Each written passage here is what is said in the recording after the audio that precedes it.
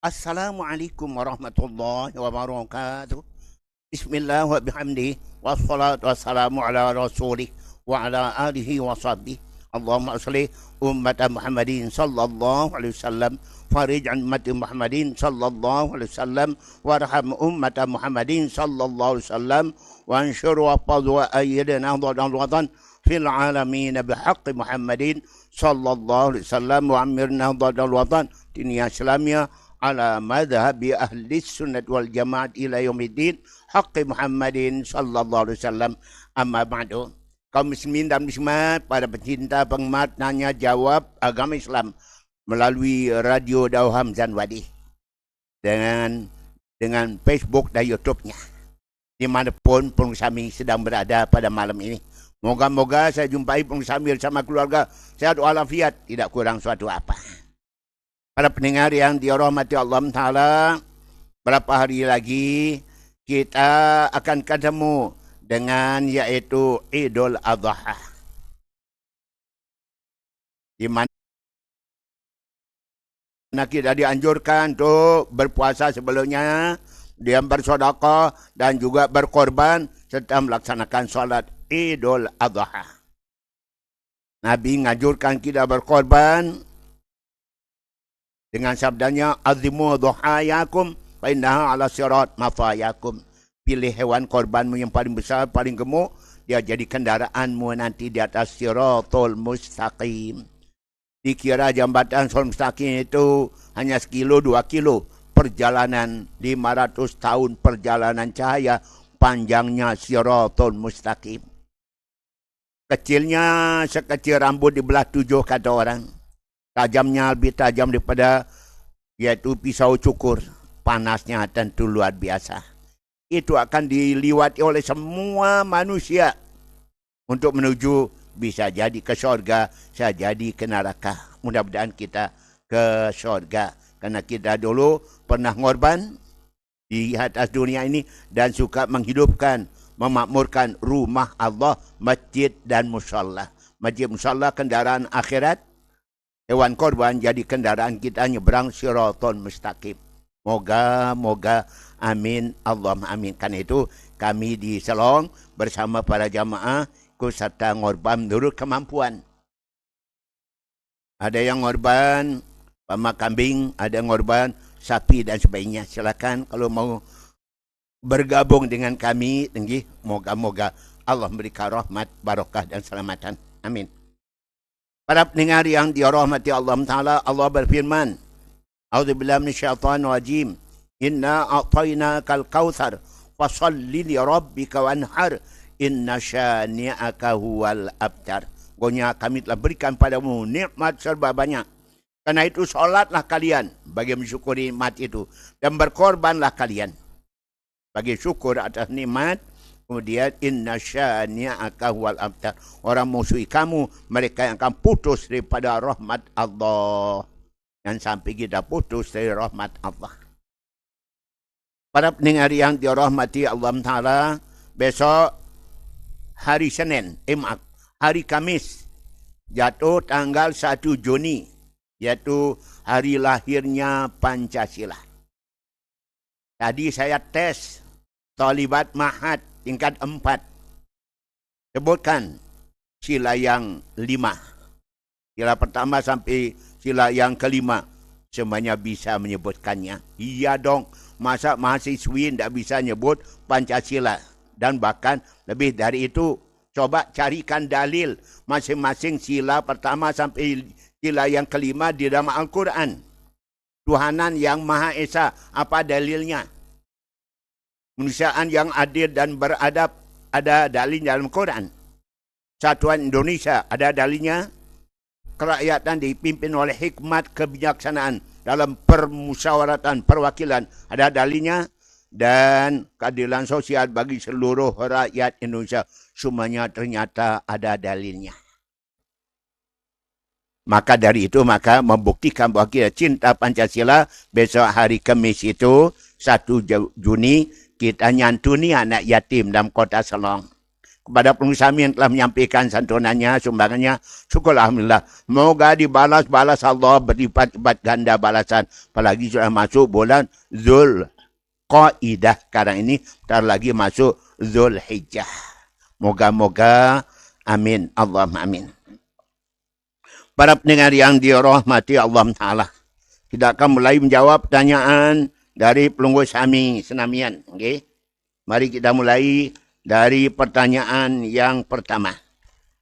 Kemarin ada yang tanya tentang yaitu gimana hukumnya baca Quran tidak mengerti artinya. Alangkah indahnya kalau kita baca Quran sambil memahami maknanya, enggak kita bisa tadabbur, merenungkan maknanya. Tilawatul Quran bitadabburil makna. Mau tenang hati jiwamu, banyak baca Quran dan merenungkan makna kandungannya. Maka kalau ada yang gelisah-gelisah, tak tenang, baca Quran. Renungkan maknanya, insyaAllah tenang hati kita. Karena bacaan Quran adalah termasuk zikir yang terutama setelah solat. Solat nomor 1, zikir yang utama. Yang kedua, baca Quran. Baru yang lain, tasbih, tahmid, takbir dan sebagainya, hauqalah dan lain-lainnya. Dan nomor 2 adalah baca Al-Quranul Karim. Walaupun tak tahu artinya, asal kita baca dengan tulus ikhlas, niatan ibadah, kita akan dapat pahala dari Allah Ta'ala. Yang kedua, ada yang tanya kemarin tentang betulkah aras tempat Allah bersemayam? Allah tidak butuh tempat. Maka ayat yang menyatakan Allah bersemayam di aras diartikan oleh ulama-ulama tafsir, yaitu Allah berkuasa sampai di aras sana. Istawa bermakna istawla, menguasai arasnya. Yang berikutnya, apa termasuk dosa-dosa besar dan dosa kecil? Di dalam kitab yang saya punya, ada 75 dosa-dosa besar. Selain dari itu adalah dosa-dosa kecil. 75 dosa-dosa besar. Masya Allah. Kalau cabang iman, sebutkan dalam kitabnya, hadisnya, ada 77 cabang iman. Al-iman bid'un sab'una syu'bah. Iman itu 77 cabangnya. Paling tinggi, la ilaha illallah. Paling rendah adalah membuang duri dari jalan. Wal haya'u syu'batu minal iman. Malu itu adalah salah satu cabang keimanan. Kalau dosa paling besar adalah syirik kepada Allah Ta'ala.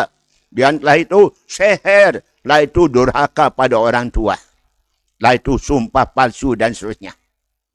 75 dosa besar. Okay? Tertinggi syirik.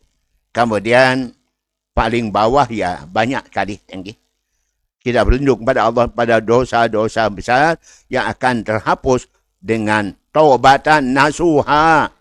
Dosa-dosa kecil bisa hilang dengan duduk, dengan sedekah, dengan baca Quran, dengan zikir dan sebagainya. Tapi dosa besar terhapus hanya dengan taubatan nasuha.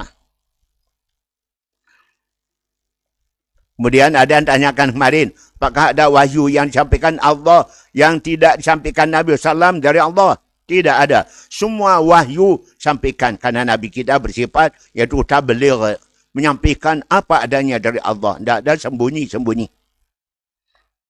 Kemudian, adakah azab kubur? Disebutkan dalam hadis-hadis Nabi tentang adanya azab kubur. Sehingga Nabi pun juga berdoa, mohon supaya diselamatkan dari azab kubur. Allahumma inna na'udzubika min azab jahannam, min azabil qabri, wa min syarri fitnatil mahya wal mamat, min syarri fitnatil masih dajjal. Situ ada permohonan kita selamatkan dari azab kubur. Itu doa dari Nabi. Nabi aja berdoa demikian, apalagi kelas kita. Jadi ada azab kubur. Siapa yang selalu dapat azab kubur? Orang yang malas salat. Mereka diazab dalam kubur. Yuqadu alal jamri lailan wa nahara. Mereka dipanggang di atas bara api siang dan malam dalam kuburnya. Kemudian berikutnya, yaitu apakah mayat mendengar di dalam kuburnya. Dengar umpama salam orang yang datang. Para pendengar. Allah jadikan mereka sudah meninggal bisa mendengarkan orang-orang ucap salam, mendoakannya. di atas kuburnya. Bahkan Nabi mengatakan, apabila ada umatku mengucap salam padaku, Allah kembalikan rohku. Enggak ku jawab salam mereka dalam alam barzah. Kemudian berikutnya, bolehkah mengawinkan wanita sudah hamil? Kalau hamil oleh zina, boleh. Tapi kalau hamil oleh suaminya, tidak boleh dong. Dikata dia bercerai, harus tunggu lahirkan. Habis edah, maka boleh dikawinkan. Gimana hukumnya solat dalam hati? Tidak ada solat dalam hati. Yang ada solat adalah ucapan, perbuatan dimulai dengan takbir, diakhiri dengan salam, dengan syarat dan rukun-rukun tertentu. Itu namanya solat, bukan solat dalam hati. Boleh kita berdoa dengan tawasul, sudah sampaikan. Umpama Allah bihaqqi Sayyidina Muhammad SAW, Allah tu'adzib hadzal mayyit. Ya Allah, dengan kemuliaan dari Nabi Muhammad SAW, mohon ya Allah jangan disiksa mayit ini. Bertawasul pada Nabi SAW, tawasul pada Al-Quran, tawasul pada Ka'bah yang muliakan dalam agama Islam, bertawasul dengannya bisa atau boleh. Okay? Atau dengan ulama-ulama, imam-imam, okay? Para wali Allah, tak boleh bertawasul dengan mereka. Yang gimana hukumnya? Kita baca khair untuk jenazah. Pada selesai solat jenazah di masjid, kita yang jadi imam berdoa. Setelah itu kita bertanya, apakah almarhum cara zahir dia orang baik-baik? Khair, khair, khair. Wallahu khairus syahidin. Gimana kalau dia suka berbuat dosa? Kita baik sangka bahwa dia itu meninggal dunia, sudah tobat, nasuha. Kita tidak tahu. Tentuan Allah SWT. Kita berbaik sangka bahwa almarhum sudah tobat nasuha, maka kita mengatakan khair, baik orangnya. Itu berarti doa. Mudah-mudahan dia menjadi orang baik-baik. Boleh kita nyebut demikian. Kemudian, apa mazhabnya pengarang daripada kitab Durratun Nasin yang sering kita pakai berdakwah? Durratun Nasin artinya bekal juru dakwah. Mazhabnya adalah mazhab Hanafi. Karena itu ada sedikit-sedikit perbedaannya dengan mazhab Syafi'i. Okay? Tapi dia banyak cara tentang tasawuf di sana. Okay? Di dalam kitab Durratun Nasihin. Saya punya Durratun Nasihin 2 buah. Okay? Kita beli dulu 1, kemudian belakang kita beli lagi. Kemudian di mana makamnya Sayyidina Ali? Makamnya adalah di Karbala, dekat Karbala, Irak. Bukan di Iran, tapi di wilayah Irak sana. Dan sana makamnya Sayyidina Ali, karramallahu wajhah. Apakah kita bisa memandang melihat Allah di sorga? Bukan berarti Allah di sorga. Tetapi ada hamba-hamba Allah yang berikan Allah istimewaan. Izin untuk memandang zat Allah nanti dalam sorga. Habis salam satu saat melihat bulan purnama. Tanggal 14 atau 15. Nabi mengatakan pada sahabat, Satarawna rabbakum kama tarawna al-qamara lailatal badri. Kalian akan mandang Tuhanmu, zat Allah. Seperti kalian mandang bulan purnama ini. Artinya terang benderang. Akan dapat mandang zat Allah di dalam sorga bagi orang-orang tertentu. Bukan berarti Allah ada di sorga. Dengan seperti agama lain. Tuhan ada di sorga. Allah tidak butuh tempat. Itu yang lain. Kemudian berikutnya. Hadis ada mengatakan. Man qala la ilaha illallah dakhala jannah. Siapa mengucap kalimat la ilaha illallah masuk sorga. Siapa akhir kalimatnya Allah masuk sorga. Apa segampang itu orang masuk sorga? Tentu dibuktikan dalam kehidupan. Dengan hanya tahlil saja. Biar 1000 kali kita tahlil. Tapi tidak solat. Tidak ibadat. Berahlak yang tercela. Tentu tidak jamin. Yang dimaksud adalah orang benar-benar membuktikan kalimah la ilaha illallah dalam kehidupannya. beriman, bertakwa, beribadah pada Allah, itu bukti kalimah la ilaha illallah tersebut. Okay? Apakah jin bisa dilihat oleh manusia dalam bentuk asli? Tidak bisa. Tapi jin bisa berubah-ubah. Bisa jadi anjing, bisa jadi kera, bisa jadi macam-macam. Bahkan ada jin yang kadang-kala singgah di wajah istri sehingga kelihatannya gitu galak. Singgah di suami sehingga kelihatan begitu garang. Hingga bisa jadi suami istri tidak akur. Kenapa? Jin iblis singgah di tubuh kita. Betulkah bahwa zakat dapat mensucikan orang yang menerima zakat? Betul.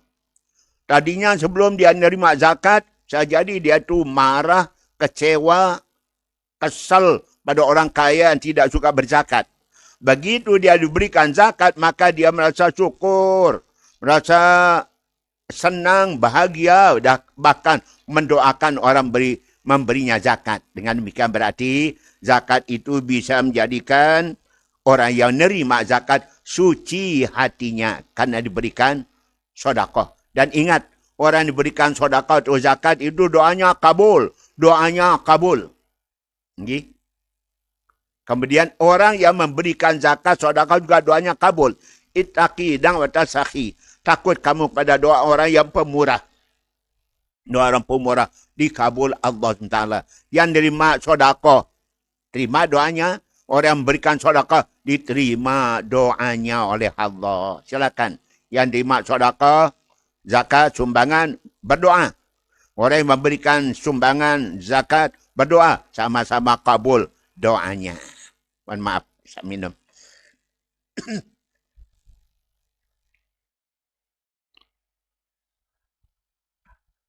Gimana Pak Saprudin dan Ibu sehat-sehat semua?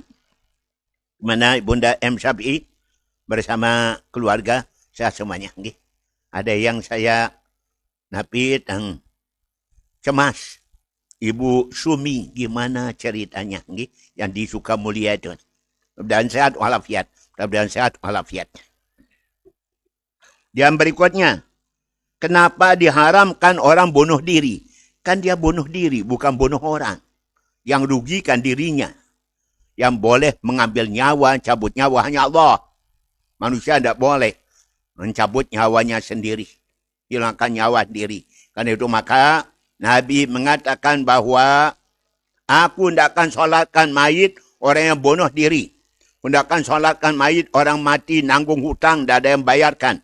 Aku tidak akan mensolatkan mayit perempuan-perempuan yang mati tidak dalam ridha suaminya.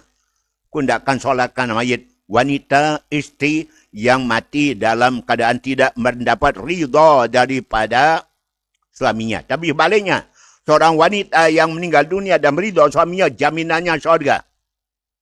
Ayyuma maratin matat wa zawjuha radin anha khalal jannah. Siapa seorang wanita meninggal dunia, suaminya ridha padanya, mesti masuk syurga, mesti masuk syurga. Demikian sabda Nabi sallallahu alaihi wasallam. Jadi bunuh diri haram. Siapa-siapa bunuh diri dengan minum racun, kekal abadi dalam api neraka minum racun. Siapa bunuh diri dengan bacok diri, tembak diri, kekal abadi dalam neraka dengan bacok diri, tembak diri. Siapa yang bunuh diri dengan cara terjun dari tempat yang tinggi, kekal abadi dalam neraka dengan cara terjun terus selama-lamanya dalam neraka. Oh, na'udzubillah min dzalika. Baik, ya. Kenapa doa kita tidak kabul-kabul? Padahal kita telah sering berdoa dan Allah nyuruh kita berdoa. Para pendengar, kita ulang kembali. Kenapa doa kita tidak kabul? Pertama, Nabi nyebutkan, apabila orang makan yang haram, minum yang haram, doanya tidak kabul, tidak kabul. Satu suap makanan haram, doa kita tidak kabul 40 hari, solat kita tidak terima Allah 40 hari. Satu gelas minuman, tidak minum haram, maka 40 hari, solat tidak terima, doa tidak kabul. Yang kedua, apabila kita itu hasad, dengki, iri hati. Siapa hasad, dengki, iri hati, maka doanya tidak kabul. Yang ketiga, apabila orang itu suka menggibah, mengumpat, menggonjing, maka orang itu doanya tidak kabul-kabul. Tapi menurut Imam Ibrahim Al-Adham, Syekh Ibrahim Al-Adham, doa kalian tidak kabul kerana 10 sebab. Pertama, kalian ngaku cinta Allah, kenal Allah, cinta Allah, tapi kalian tidak laksanakan, iaitu perintahnya. Arabtumullah walam ta'udu haqqah. Kalian mengatakan cinta Allah, tapi kalian tidak laksanakan haknya Allah, iaitu disembah dan jangan disekutukan. Yang kedua, kalian mengatakan bahawa cinta Rasulullah, sunnah Nabi kau tinggalkan. Iddaitum hubba rasulih, taraktum sunnatahu. Kalian mengatakan cinta Rasul, cinta Nabi, tapi sunnahnya kalian tinggalkan. Pernah berjamaah? Pernah ngaji? Nak nyantuin yatim? Tidak. Jadi tidak benar kita cinta pada Nabi. Sunnahnya kita tinggalkan. Kemudian, qara'tumul Quran walam ta'malulah. Kalian baca Quran tapi tidak mengamalkan isinya, kandungannya. Kemudian, idda'aitum dukhul al-jannah walam ta'malulah. Kalian berdoa, mohon syurga, tapi kalian tidak beramal, beribadah untuk masuk syurga. Idda'aitum najat minan nar. Kalian berdoa diselamatkan dari api neraka, ya Allah. Waramaitum amsakum fi, kalian lemparkan diri dalam api neraka. Dapantum mautakum walam tatabiru bihim. Kalian sering langar, takziah, ngantar mayit kubur. Kalian tidak ambil pelajaran. Besok lusa giliran. Kultum annal mauta haq, walam tasta'idulah. Kalian mengatakan mati pasti. Tapi kalian tidak siapkan diri menghadapi kematian. Iddaitum syaitan. Iddaitum adawat syaitan. Kalian mengatakan syaitan musuh. Tapi kalian taat, bakti, setia pada syaitan. Aneh. Kemudian, istaghaltum bi'uyu'i ikhwanikum. Kalian sibuk dengan aib orang. Tapi kalian tidak sibuk dengan aib dirimu sendiri. Itulah antara lain. Akaltum ni'mata rabbikum walam tashkurulah. Kalian makan nikmat dari Allah. Satu hari berapa kali makan? Makan berat, makan ringan dan sebagainya. Kalian tidak bersyukur atas nikmatnya.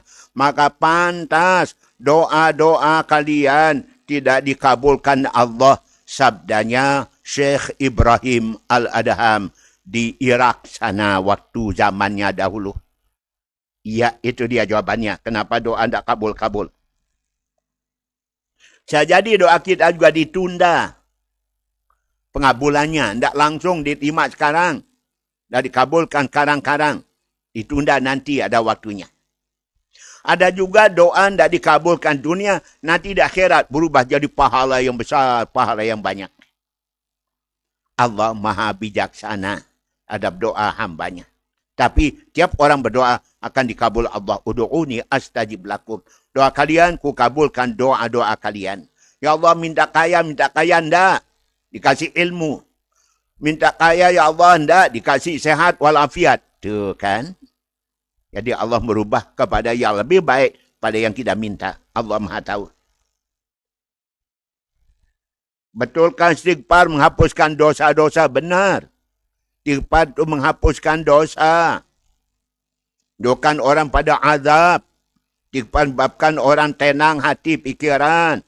Istighfar babkan kita beri jalan keluar dari kesulitan penderitaan. Dengan istighfar Allah memberikan rezeki tidak diduga-duga, tidak disangka-sangka. Banyak kelebihan-kelebihannya. Dosa kita mendapat ampunannya. Dan orang banyak istighfar, tanda orang itu betul-betul takwa pada Allah. Orang banyak istighfar, Allah kan panjangkan umurnya. Demikian, Bapak siapa namanya? Ribahan ya. Dan Pak Rosidun. Pak Rosidun bila kembar. Pak Ribahan ada di wilayah Sikoria. Mudah-mudahan semuanya sehat walafiat. Semuanya sehat walafiat. Amin. Di zaman Nabi Sulaiman, disebutkan dalam Quran bahawa setan-setan, jin-jin membuat yaitu patung-patung. Bahkan juga piring yang besarnya sebesar kolam. Periuk-periuk yang ada di atas tungkunya. Kenapa dibenarkan zaman Nabi Sulaiman bikin patung? Zaman itu orang tidak ada nyembah patung. Tidak ada orang anggap patung sebagai Tuhan. Karena itu tidak ada salahnya. Tidak keliru. Tidak apa-apa bikin patung karena orang tidak akan mau nyembah patung. Apalagi dibikin-bikin oleh jin atau oleh setan. Patung tersebut. Tidak ada orang mau nyembah patung bikinan makhluk. Tapi zaman sekarang, umat Islam tidak boleh bikin patung. Tidak boleh usaha patung. Tidak boleh menjual patung. Tidak boleh. Hukumnya haram. Nyimpan patung saja walaupun setengah badan di rumah, maka rahmat Tuhan tidak akan masuk. Mereka rahmat akan datang ke rumah orang yang ada nyimpan patung di rumahnya. Menjual patung haram. Dan seterusnya. Baik para pendengar yang dirahmati Allah Ta'ala. Kita lanjut. Gimana hukumnya membeli rumah belum selesai dibangun?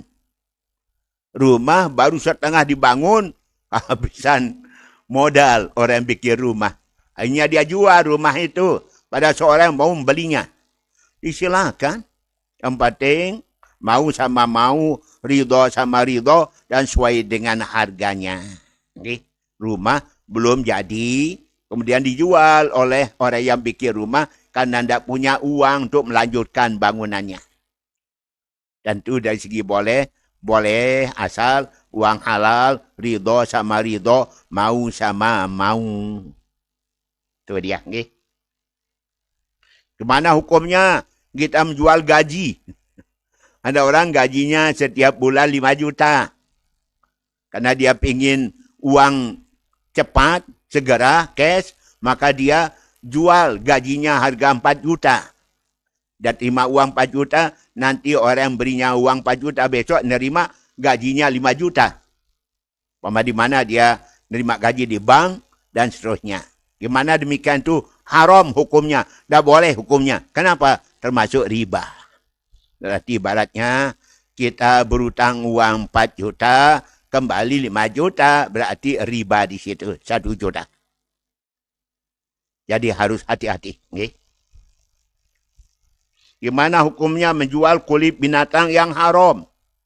Kalau kulit binatang yang haram itu sudah disamak, sudah dimasak, itu disamak, dibersihkan, maka boleh dijual. Tapi kalau belum disamak, masih najisnya, darahnya, atau lemak-lemaknya pada kulit, belum boleh dijual. Tapi kalau sudah disamak, dibersihkan, hilangkan, darahnya, lemak-lemaknya, biasanya kemudian dijemur, maka dijual halal. Demikian. Gimana hukumnya menjual buah-buahan di atas pohon? Belum dipetik. Kalau buah-buahan itu dijual, masih muda, dipetik nanti setelah tua. Tak boleh. Dah dibenarkan. Bisa jadi nanti ada yang nyesal, ada yang rugi, dan sebagainya. Tapi kalau sekarang dijual, langsung dibeli, langsung dipetik, boleh, walaupun masih muda. Tapi kalau akan dipetik nanti setelah tua, tidak boleh. Bisa jadi bai'ul qoror, jual beli ngandung tipu daya. Ada yang nanti nyesal, tidak tahu nanti bencana alam datang, enggak buah-buahan itu habis, berguguran jatuh, rugi yang membeli. Gimana hukumnya menjual bagian anggota badan? Tidak boleh. Menjual bagian daripada tubuh kita. Rambut kita, gigi kita, pamanggi, tidak boleh dijual. Manusia itu adalah makhluk mulia, makhluk suci. Tidak boleh seperti binatang diperjualbelikan, seperti ayam, seperti kambing, dan sebagainya. Tidak dibenarkan menjualnya. Kemudian menjual surat cek dari bank. Surat cek dari bank. Dijual. Tidak dibenarkan. Tidak boleh. Bisa jadi haram, riba. menjual surat cek dari bank. Ada seorang. Dan tu ada keuntungan situ. Cari keuntungan, ceknya umpama 100 juta. Dia jual harga 90 juta. Situ ada riba di situ. Kemudian menjual kulit sapi korban. Kalau yang menjualnya itu adalah orang berkorban, tak boleh. Tapi kalau yang menjualnya adalah orang dikasih kulitnya. Orang dikasih kulitnya. Dan dia jual. Sudah menjadi miliknya. Dia apa-apain boleh. Tapi yang berkorban, jangan menjualnya kulitnya. Tapi kalau yang menerima kulit itu menjualnya nanti, maka dia dibolehkan menjual kulit hewan korban. Karena dia nerima. Bukan yang punya korban yang menjual, tapi orang menerima kulit korban yang menjualnya. Itu dia. Okay? Gimana hukumnya jual beli dengan makelar? Contoh begini, ada makelar disuruh menjual. Kamu jualkan barang saya ini 10 juta. Nanti kamu dapat yaitu keuntungan persenan 2,5%, 5% dari harganya. Siap? Mau. Ini dia jual. Ternyata bukan harganya 10 juta, 15 juta. Gimana lebihnya itu? Wajib dia lapor, beritahu kepada yang punya barang. Kalau yang punya barang mengatakan untukmu lah, lebihnya itu halal. Tapi kalau dia tidak minta izin, maka tidak boleh. Tidak halal. Karena dia sudah dapat bagian persenan, 5%. Tahu-tahu dia jual harga yang cukup baik harganya. Maka lebihnya harus dilapor sama yang punya barang.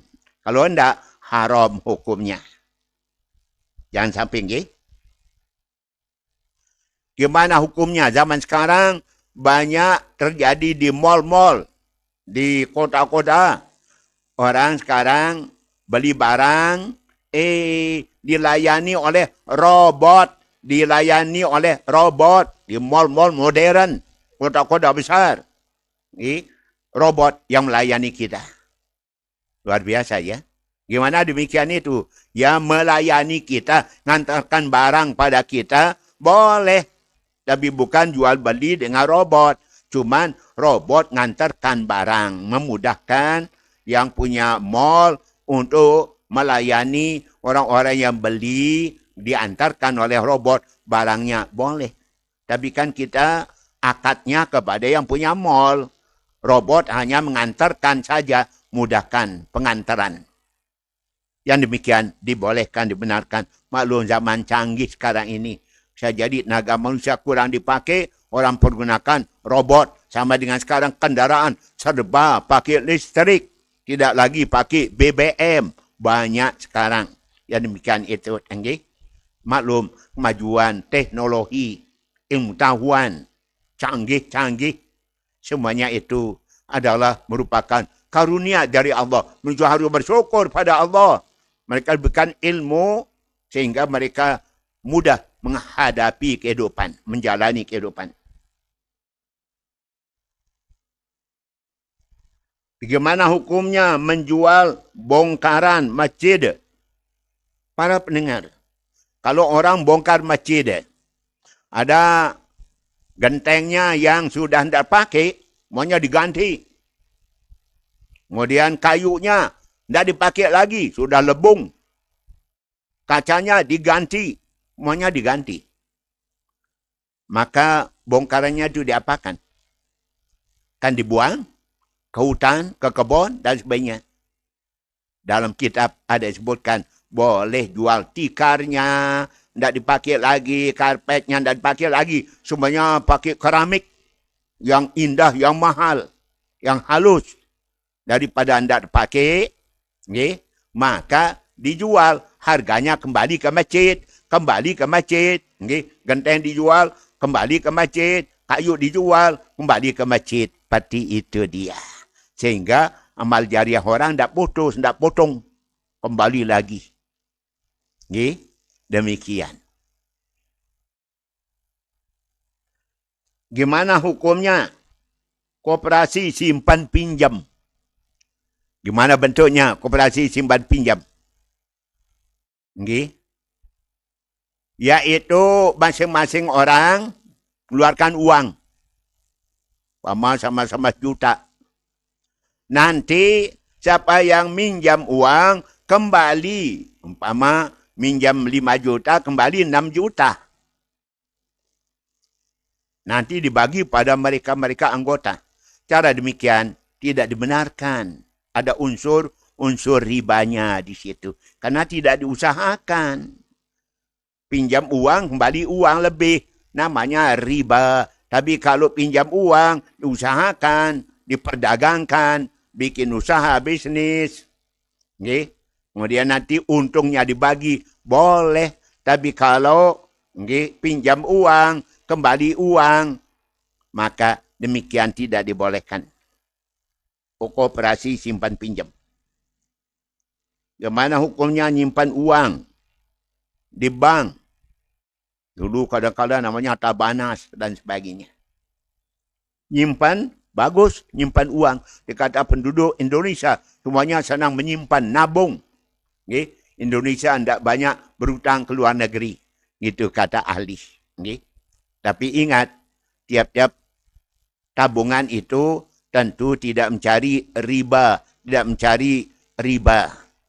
Kalau tabungan kita dipakai jadi modal usaha, keuntungannya diberikan pada kita, maka boleh tentunya. Pada kita kasih orang minjam uang untuk jadi modalnya usaha, nanti untungnya dibagi sama kita. Yang demikian dibenarkan demi untuk menghidupkan ekonomi rakyat atau masyarakat. Kemudian, gimana hukumnya minjam uang kas pada bendahara? Kembali lebih. Kembali lagi. Bendahara masjid, bendahara organisasi, perkumpulan, meminjamkan uang kas kepada warga masyarakat yang butuhkan. Nanti kembali lebih. Yang lebih itu tetap namanya ar-riba. Kullu riba haramun. Ya Allah. Yang sulit akhir zaman sabda Nabi adalah dirhamun halal. Wa yang 1% halal. Akhun yusrak nasubihi, saudara yang nabi sejati, teman sejati sulit cari. Dan sunnatun untuk malu biha, sulit dicari akhir zaman. Sunnah yang tetap diamalkan oleh umat Islam. Istiqomah dan mengamalkan sunnah susah dicari di akhir zaman. Demikian. Okay? Kemudian gimana hukumnya? Utang uang dengan janji memberi kesempatan mengelola sawahnya. Saya pinjam uang pelinggi 20 juta. Ya, boleh. Tapi kasih saya memakai sawah Anda sekian tahun. Saya manfaatkan, ambil yaitu hasilnya. Kalau demikian diperpinjamkan, kemudian dijanjikan, janjian demikian, haram hukumnya. Kenapa? Dia pinjam uang, kemudian dengan syarat dia harus menyerahkan sawah untuk diambil kemanfaatannya oleh orang yang punya uang. Di uangnya kembali, hasil sawahnya berlipat-lipat ganda untuk dia. Cara demikian tidak dibenarkan. Lihat kitab Halal Haram, Imam Ghazali jelas sana. Baik. Gimana hukumnya? Orang gembalakan kambing milik orang, upahnya kambing. Tidak dibenarkan demikian itu. Harus jelas, upahnya adalah uang. Digembalakan kambing saya 10 ekor. Nanti akan upah Anda setiap tahun sekian. Bukan upahnya kambing. Tapi dana uang untuk keperluan mau pakai apa dan sebagainya. Bagaimana kalau kita memindahkan tanah wakaf? Tanah wakaf dipindahkan tempat lain. Tidak boleh. Yang namanya wakaf, la yuba'u La yuhabu, la yurasu. Tidak dihibahkan, tidak jual beli, tidak diwariskan, tidak dipindahkan. Wakaf artinya diam di tempat. Demikian. Okay? InsyaAllah. Jadi perlu perhatian dari kita. Yang mana wakaf, mana yang bukan wakaf. Bagaimana hukumnya membangun madrasah di atas tanah wakaf masjid? Kalau tanah wakaf masjid itu untuk diambil manfaatnya, umpama, tanggi. Ada jalan bisa. Tapi kalau tanah masjid itu, tanah wakaf itu untuk bangun masjid, jelas tidak boleh. Tapi kalau itu nanti dimanfaatkan hasilnya, sawah, tanahnya itu, maka cara demikian ada jalannya boleh. Tanggi. Tapi kalau tanah wakaf masjid untuk bangunan masjid, ya tidak boleh dong. Karena dipakai untuk bangunan masjid akan dibangun. Atau meluaskan masjid yang ada. Karena sudah kekecilan, penduduk dulu padat. Masya Allah. Tanah masjid yang telah ditinggalkan. Ada masjid, sudah tidak dipakai lagi. Tanahnya gimana? Tetap wakaf. Pergunakan untuk solat, tahiyatul masjid, tempat anak ngaji, tempat orang solat jamaah dan sebagainya. Masjidnya dipindahkan ke luar, pinggir jalan. Masjid lama diapakan? Tetap dia adalah wakaf. Dipakai untuk iktikaf, untuk ngaji, untuk solat jamaah, untuk taman pendidikan Quran dan sebagainya. Tidak boleh dibatalkan wakaf orang-orang dahulu. Ya Allah, nggih. Kemudian membuat batu bata dari tanah kuburan. Tanah kuburan yang merupakan wakaf bikin batu bata. Okay? Untuk nanti dijual dan sebagainya. Tidak boleh dong. Itu wakaf. Tanah kuburan itu wakaf. Diambil manfaat bikin batu bata. Tidak boleh demikian tu. Sebab itu adalah jadi wakaf milik orang banyak. Ya Allah, luar biasa nggih. Kemudian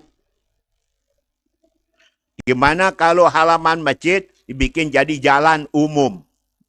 Halaman masjid jadi jalan orang lewat.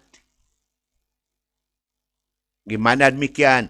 Kalau halamannya itu mau dipakai untuk bangunan, tidak boleh. Tapi kalau tidak dipakai untuk bangunan, ya bisa jadi jalan orang lewat. Lewat ke masjid, lewat ke mana, dan seterusnya.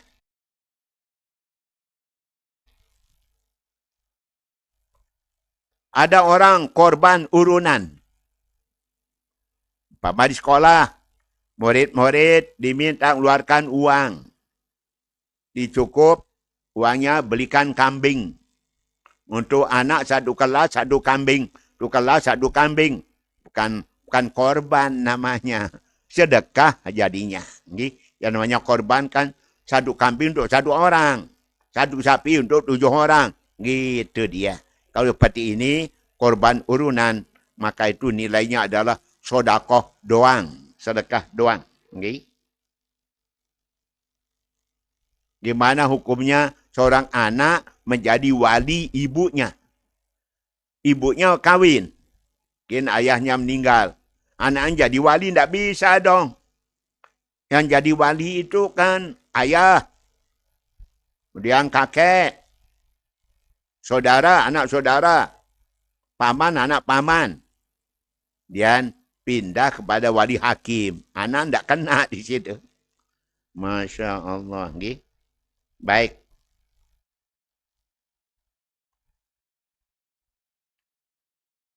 Terus. Gimana hukum perkawinan, nikahan laki-laki perempuan yang sudah melakukan hubungan sebelumnya. Hubungan seks sebelumnya. Ya sah nikahnya. Nikahnya ya sah.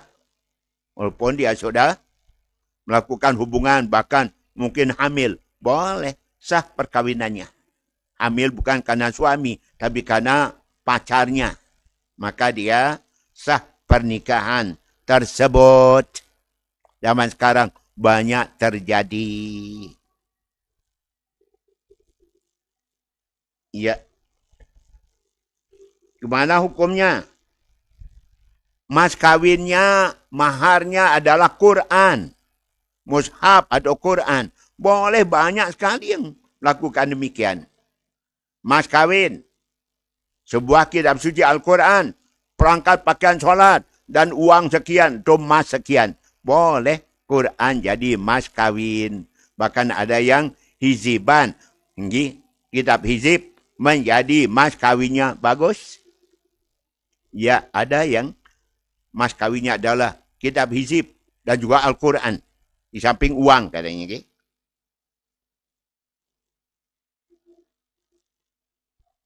Perkawinan laki-laki perempuan yang salah satunya masuk Islam.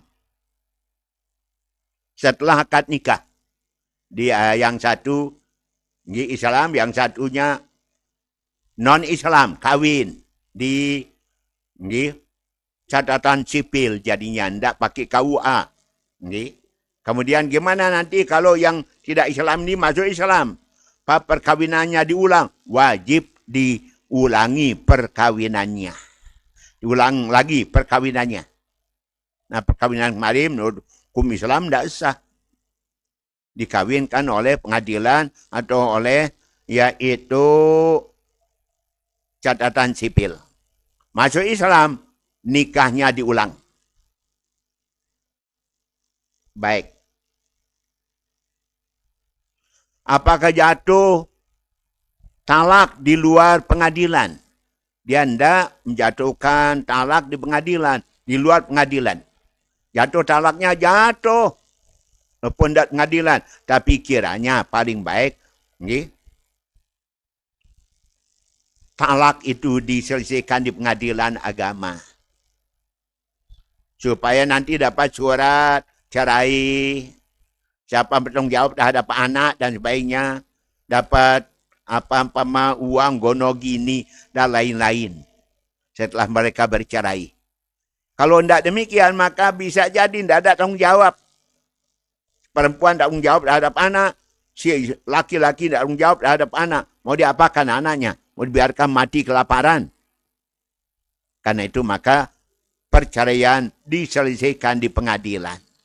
Supaya adil. Dapat tanggung jawab terhadap anak.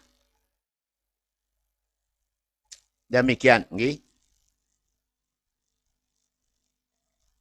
Gimana hukumnya? Suami ingin rujuk pada istrinya. Tapi istrinya tidak mau. Tidak ada jalan tidak mau kalau masih iddah. Harus dia kembali kepada suaminya. Karena masih dalam masa iddah. Dirujuk dalam masa iddah. Iddah raja'i. Suami masih berhak. Kecuali sudah habis iddahnya. Demikian. Okay? Mohon maaf. Balik lagi saya minum. Bismillah.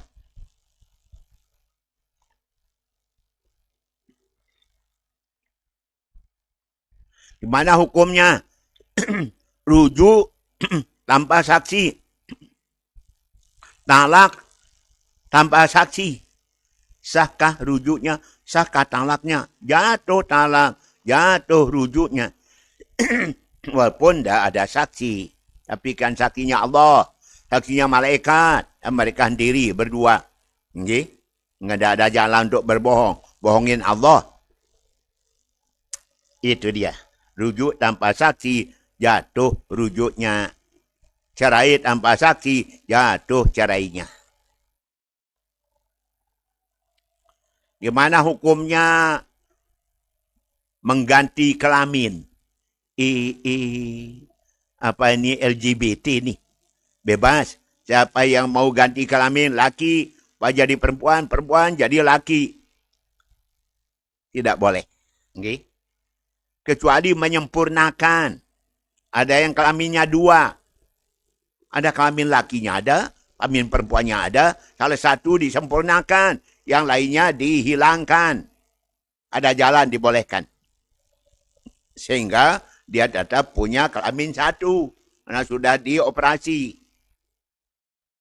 Bukan dihilangkan kelamin, tapi dioperasi, disempurnakan yang 1, dihilangkan yang lainnya.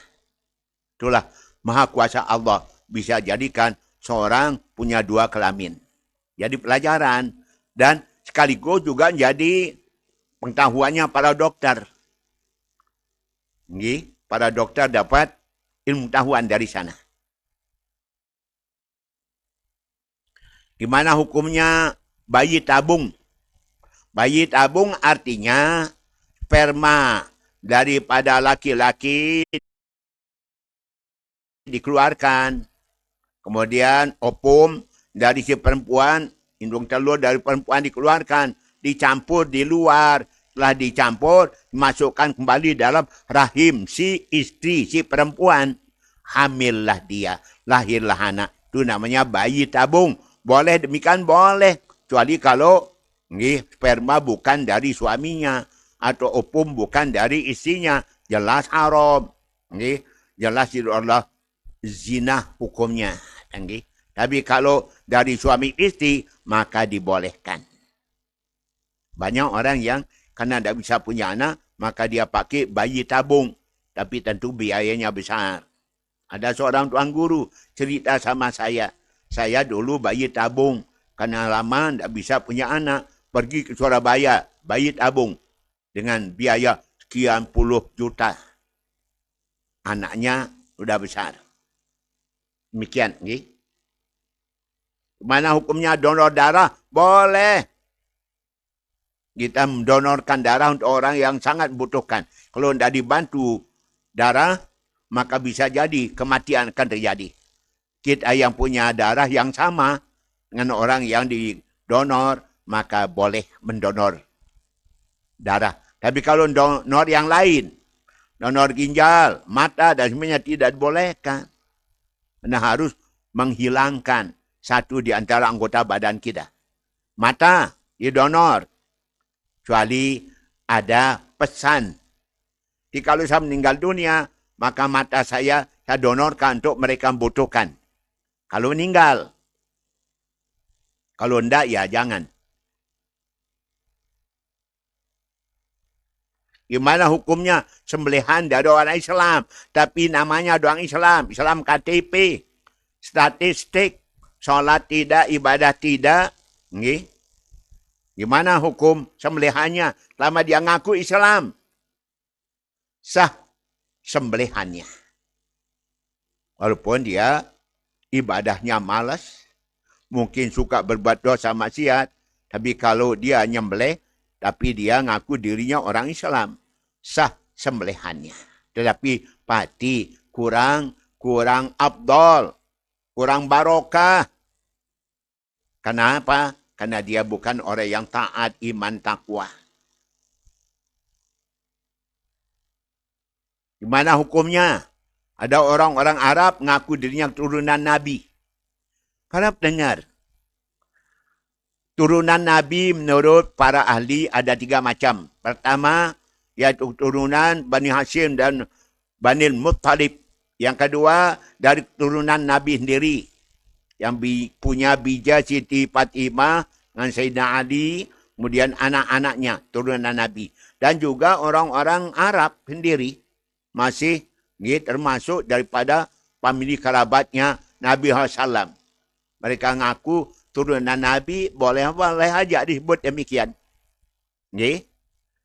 Jadi dibenarkan jalan seperti itu. Turunan Bani Hashim, Bani Muttalib, turunan Nabi dari Sayyidina Ali dan Siti Fatimah, terus keturunannya, semua disebut Ahlul Bait. Ahlul Bait. Baik. Mana hukumnya kita minta bantuan dari non-Islam? Boleh. Bantuan apa? Untuk anak yatim. Kami pernah dibantu oleh teman-teman agama Hindu. Parisada Hindu Dharma Lombok Timur. Uang, beras, dan sebagainya. Dibantu oleh mereka. Boleh cara demikian itu. Asal kita tidak maksa. Mereka dengan senang hati, rela hati, membantu kita untuk anak yatim. Pama kami nanti nyantu anak yatim hari Kamis. Tanggal 1 Juni. Peringati hari ulang tahun Pancasila. Hari ulang tahun Pancasila. Hari lahirnya Pancasila. Kita dulu pernah mengikuti penataran P4. Zaman Orde Baru tu dia. Tingkat kabupaten diadakan sekian jumlah orang, sekian ribu. Saya termasuk pesertanya. Alhamdulillah. Ikut menjadi juara 2. Sertanya dulu saya ingat di salah satu SD di Kelayu diadakan. Salah satu daripada penceramah kita, penatar kita, Bapak Bupati dulu, Haji Saparwadi almarhum. Dan istrinya, Bu Nani Saparwadi. Kita jadi juara 2. Kenapa? Karena kita dinilai, alhamdulillah sukses, mengikuti penataran P4 pengamalan Pancasila. Demikian, okay? Baik. Kemudian kita minta bantuan dari teman-teman lain agama. Saya dulu dibantu semen oleh teman-teman Hindu waktu kita bangun mushola.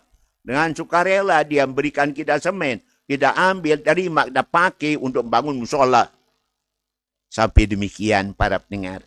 Boleh saling tolong-menolong dalam kebaikan. Okay? Disilakan. Wa ta'awanu 'alal birri wat taqwa.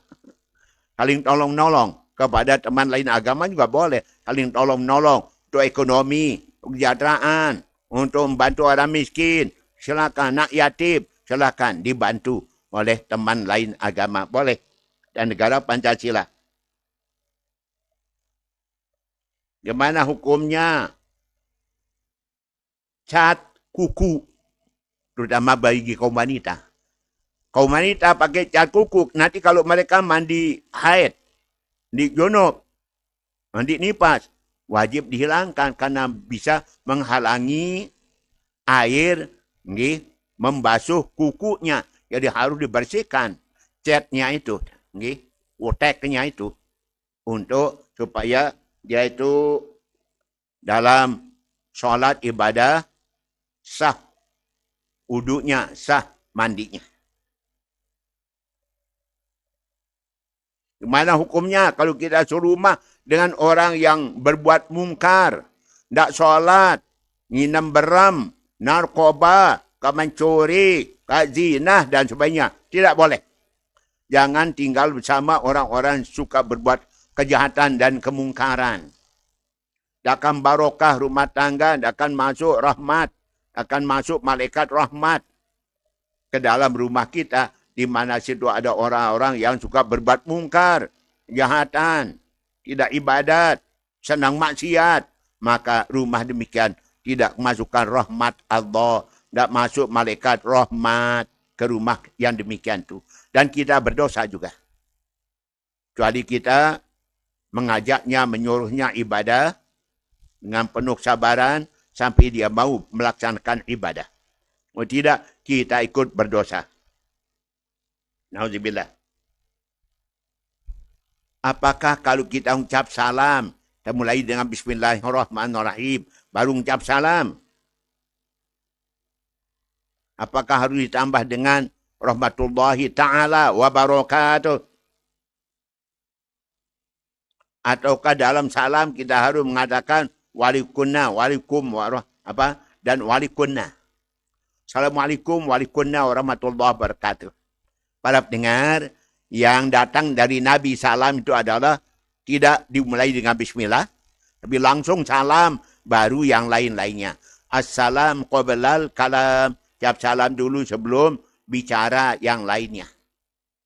Maka salamnya adalah Assalamualaikum warahmatullahi wabarakatuh. Andai kata ada yang menambahnya, yaitu dengan Assalamualaikum warahmatullahi ta'ala wabarakatuh, tentu tidak apa-apa. Tapi contoh dari Nabi tidak seperti itu. Kemudian Assalamualaikum walikunna. Nabi tidak beri contoh demikian. Dengan mengucap Assalamualaikum sudah semuanya kena. Laki, perempuan kena. Maka boleh tidak mengucap kunna dan rahmatullahi ta'ala wabarakatuh. Dan tidak mengucap Bismillahirrahmanirrahim sebelum mengucap salam. Jadi salam dulu. Baru Assalamualaikum warahmatullahi wabarakatuh. Bismillah wa bihamdih. Wassalatu wassalamu ala rasulih wa ala alihi wa sahbihi. Umpama begitu. Tanggi. Dari segi Boleh ya boleh, tidak berdosa, tidak berdosa. Baik. Gimana hukumnya baca selawat sebelum azan dan sebelum iqamat? Berbeda pendapat ulama. Okay. Ada yang bolehkannya.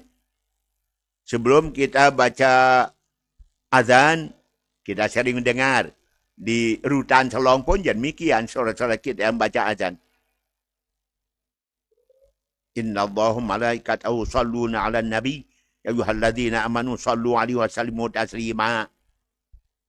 Kemudian azan kedua, Allahumma shalli ala sayyidina Muhammad, Allahumma shalli ala sayyidina wa habibina syafi'ina wa maulana Muhammad. Baru dia azan kedua. Dari segi boleh, boleh. Dan kita baca salawat sebelum azan, sebelum iqamat. Baik. Okay.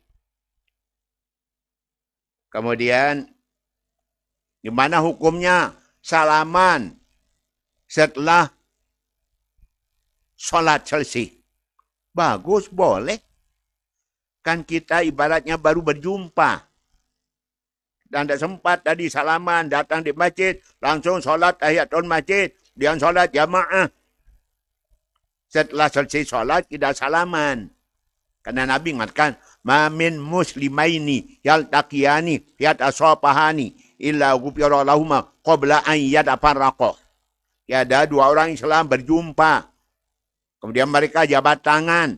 Sebelum tangan lepas, pisah, dosa mereka sudah dapat ampunan Allah. Kita datang ke masjid, ibaratkan belum ketemu. Langsung kita sibuk dengan ibadah sholat kita. Selesai sholat, baru kita sempat salaman. Sebelum tangan lepas, dosa sudah dapat ampunan untuk mereka berdua. Amin. Okay. Di mana hukumnya sholat sunat nisfu Syaban? Pertama ya, sunat. Kita lakukan. Kemudian gimana kalau berjamaah? Dengan berjamaah itu dan berikan motivasi kepada jamaah supaya mau mengerjakannya. Dengan sholat duha berjamaah. Tarawih witir jamaah, silakan. Gimana hukumnya seorang wanita jadi hakim? Kalau wanita jadi hakim, ada pendampingnya, tidak sendirian. Jadi hakim. Okay, 2 orang, 3 orang, laki ada, perempuan ada, disilakan. Boleh. Okay. Gimana hukumnya kaligrafi? Ditempel di dinding masjid, di tembok masjid, di dalam masjid, di dinding masjid. Itu bisa mengganggu orang untuk sholat, khusyuk sholat. Kiranya tidak ditempel kaligrafi di dinding masjid, tembok masjid, sehingga mengganggu orang yang sholat. Waktu sholat itu yang dibaca, itu yang dilihat. Khusyuknya kurang. Nabi SAW pernah sholat, kemudian korden beliau ada gambar-gambar bendera. Beliau nyuruh Siti Aisyah, amiti anni kiramaki hada.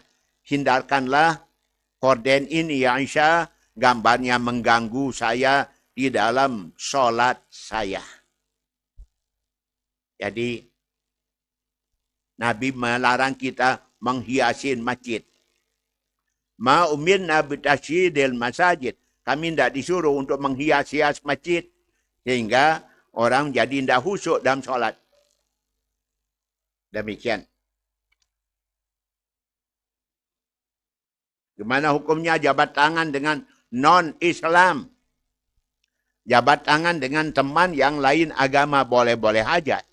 Asal kalau laki perempuan ya jabat tangan pakai lapis lah. Karena dia tetangga kita, sahabat kita, teman kita, kita salaman dengan non-Islam. Boleh aja. Okay? Yang penting kalau lain jenis, harus pakai lapis. Bahasa apa yang dipakai oleh malaikat mungkar nakir nanya kita dalam kubur? Man rabbuka, man nabiyuka, man ihwanuka. Ma dinuka, ma kiblatuka, ma imamuka. Kita akan jawab nanti. 3 man, 3 ma. Pakai bahasa apa? Ulama mengatakan pakai bahasa Arab. Ada yang mengatakan pakai bahasa Ibrani. Ada yang mengatakan pakai bahasanya si mayat.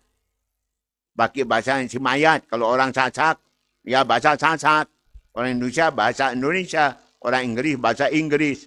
Itu dipakai malaikat mungkar nakir. Nanya kita dalam kubur. Ya Allah. Gimana hukumnya kita menulis salam disingkat jadi salam. Salam. Tidak baik, tidak bagus. Menyingkatnya itu tidak baik. Tulislah dengan sempurna. Selama tulisan itu ada, walaupun kita sudah tidak ada, tetap kita dapat pahala. Karena nulis selawat Nabi dengan sempurna, tidak salam. Atau tidak SAW. Salam. Pakai yang lengkap. Lama tulisan ada, lama itu pahala ngalir terus. Gimana hukumnya? Daging binatang yang makan makanan haram. Makanan najis. Sama ikan lele dikasih bangkai ayam. Atau bangkai apa umpama. Dimakan oleh lele dumbo. Lele yang besar-besar itu dia makan. Bangkai itu. Halal enggak? Lele dumbo itu halal? Boleh. Okay? Demikian tentang hukumnya. Para pendengar yang dirahmati Allah Subhanahu wa taala. Kita lanjutkan. Ya. Assalamualaikum warahmatullahi wabarakatuh. Waalaikumsalam warahmatullahi wabarakatuh. Pak Ustaz, ada orang minjam uang 3 juta. Dia gadikan motornya. Terus motornya disewa lagi 300.000 per bulan. Mestinya itu motor kan tetap menjadi milik orang yang punya motor. Motor itu sebagai borak, rahan bahasanya. Jadi kalau disyaratkan Anda minjem uang dan Anda harus berikan, salahkan Hondanya. Saya pakai, saya manfaatkan, saya sewakan dan sebagainya. Tapi itu ada unsur riba di situ. Unsur ribanya, maka terang demikian itu tidak dibolehkan. Tetap Honda itu menjadi milik orang yang minjam uang, dipakai oleh orang yang minjam uang. Bagaimana kalau dia sewa? Dia sewa Honda itu, boleh dia sewa. Tapi bukan sebagai, tapi upahnya memberikan Anda minjam uang. Dia sewakan. Dia sewa. Dia akan pakai untuk cari nafkah umpama. Berapa kali tanyakan ini? Iya. Lanjut. Pak Ustaz, mau tanya, anak tiang suka sekali dengan boneka. Apa boleh simpan boneka di dalam rumah? Apa beda dengan boneka dengan patung? Patung tidak boleh disimpan di rumah. Malaikat tidak akan masuk rumah mana ada patung. Tetapi boneka, Siti Aisyah istri Nabi suka main-main boneka. Pakai boneka zaman Nabi SAW, Siti Aisyah di rumahnya. Dengan kata lain, boneka boleh, patung no boleh. Walaupun patung setengah badan, tidak boleh. Malaikat tidak akan masuk rumah mana ada patung. Tapi boneka-boneka, permainan anak-anak, boleh. Demikian. Apakah kita tidak berdosa belikan anak kita boneka? Naruh dalam rumah, boneka boleh. Jadi, tidak patung, tapi boneka dibolehkan. Siti Aisyah. Jadi contoh, beliau main-main dengan boneka. Maklum, Siti Aisyah masih di bawah umur waktu itu. Masih tenang pada boneka. Baik. Lanjut. Semoga Pak Tuan Guru sehat walafiat. Dari istrinya Pak Saprudin. Oh, tidak ada pertanyaan. Ya, sama-sama nggih. Moga kita sehat walafiat. Hari Jumat pengajian di Loyok ya. Dan malam Seninnya akan datang di Mas Bagi. Sehari setelah Idul Adha di Abror, pengajian kita di Abror, hari Jumat pagi. Hari Ahad insyaAllah di Bul Barokat wan Nafahat. Moga-moga tidak ada uzur halangan kita dapat hadir. Amin. Tuan Guru, apa boleh kita solat Ba'diyah Isya 4 rakaat tapi di rumah? Nabi mengatakan, siapa-siapa solat Isya berjamaah di masjid, kemudian dia Ba'diyah Isya-nya 4 rakaat di masjid sebelum pulang, sama dengan dia mendapatkan pahala Lailatul Qadar 1000 bulan. Jadi Ba'diyah Isya-nya di masjid 4 rakaat dapat Lailatul Qadar 1000 bulan. Tapi kalau di rumah tak jadi dapat Lailatul Qadar. Silakan mau Lailatul Qadar 1000 bulan atau di rumah tidak dapat Lailatul Qadar, pahala Lailatul Qadar. Dari segi boleh aja. Nggih, Ba'diyah Isya di rumah, Ba'diyah nggih, apa lagi? Zuhur, Asar di rumah. Ya, Tuan Guru bacaan wabarik wasallam dengan wabarik wasallim. Ya, wabarik wasallim yang benar.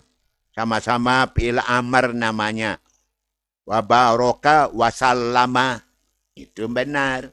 Wabarik wasallim. Itu yang benar. Nih, jangan dibalik. Wabarik wasallam. Kalau wabarik wasallim sama-sama fi'il amr. Wabaraka wasallama sama-sama fi'il madi namanya. Kalau orang belajar ilmu nahwu. Jadi harus sama. Ya maknanya sama. Dapat barokah dan dapat keselamatan. Baik. Lanjutnya. Pak Tuan Guru, apa hukumnya? Kalau Pak Ustadz, kalau ada yang meninggal dunia, dia masuk kelompok. Dia ajak kita pergi zikiran. Kalau tetangga meninggal, enggak masuk kelompok, enggak dia ajak pergi zikiran. Mestinya tidak demikian. Selama dia itu adalah umat Islam, sama-sama Islam. Dan tidak ditanya nanti kelompok mana. Yang kita tanya amal kita, perbuatan kita. Karena itu jangan sampai perbedaan musasi kelompok, bahkan kita itu akhirnya putus silaturahim. Tidak saling jenguk, tidak saling datangi, tidak saling langarin. Karena beda kelompok, beda unsasi, beda golongan. Besok di hari kemudian, kan itu ditanya. Ditanya, yaitu amal ibadah kita, hati kita. Kiranya tidak seperti itu. Tapi itulah kenyataan yang ada. Kalau kelompoknya diajak, tapi kalau tidak kelompok, tidak. Demikian zaman sekarang. Bentuk daripada yaitu akhir zaman manusia banyak yang qati'atur rahim. Banyak memutuskan silaturahim. Kasihan kita manusia. Baik. Lanjut kepada pengusaha yang mendengar dari jauh. Moga-moga sehat selamat, bahagia bersama keluarga. Apa kita berdosa kalau ada azan di masjid? Agak jauh tapi suaranya azan kedengaran. Tapi kadang kita enggak dapat menjawabnya. Jawab azan hukumnya sunat. Dijawab dapat pahala dan dijawab tidak dosa. Gitu dia. Karena amalan sunat boleh kerjakan, boleh tidak. Kerjakan pahala dan dikerjakan tidak dosa. Tapi tidak dapat pahala juga. Dari pencinta. Terima kasih doanya. Iya, masih ada. Tuan Guru, moga-moga pelunggu sehat. Dari bila kembar. Nah, ini dia. dari bila kembar.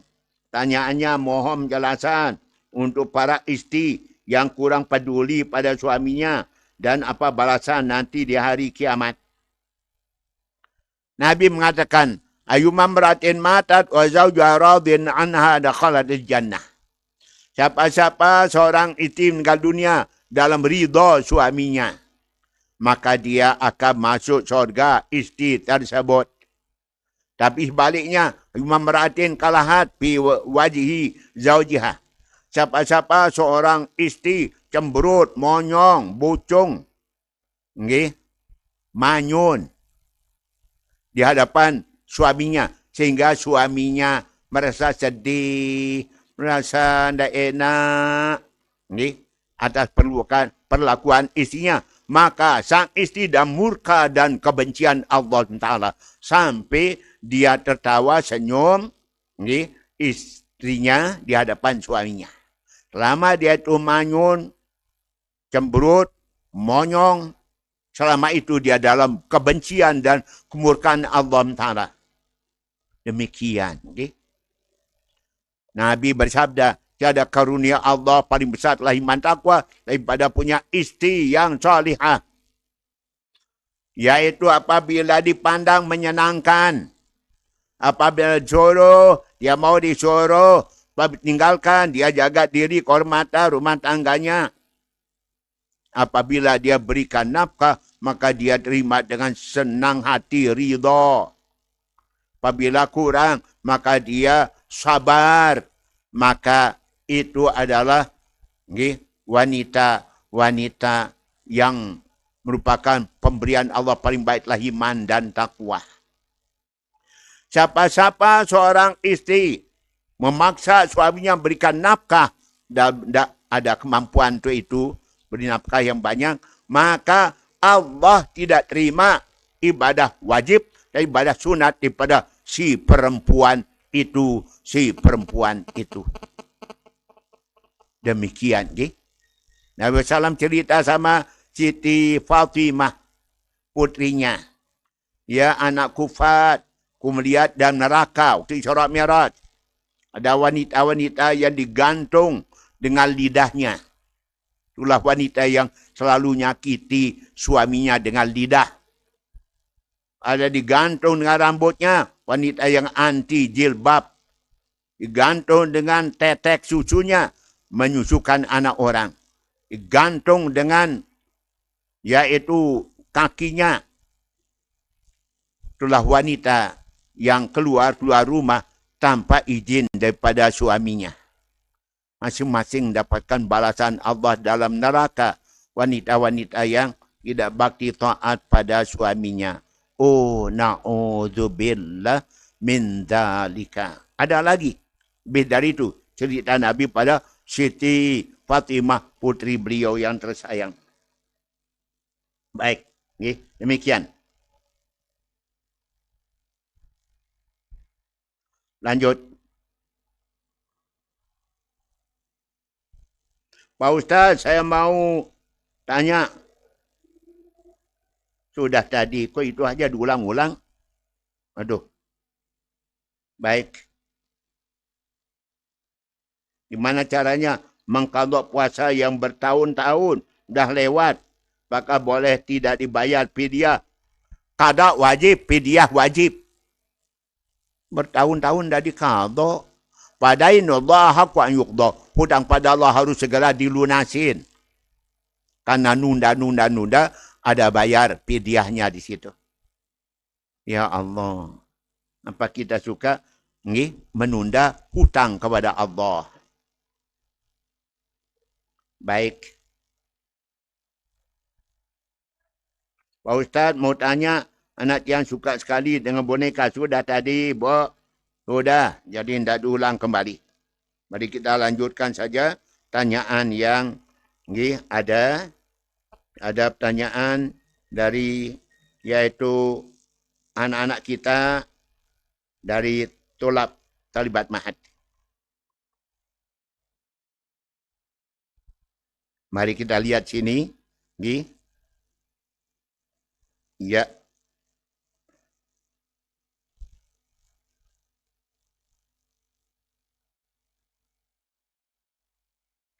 dari pertanyaan talibat. Ya, betul. Mudah-mudahan mereka mendengarkan. Assalamualaikum warahmatullahi wabarakatuh. Waalaikumsalam warahmatullahi wabarakatuh. Yang dikatakan pelaku riba itu yang mana? Apakah yang memberikan pinjaman dengan bunga atau yang minjam uang di bank termasuk pelaku riba?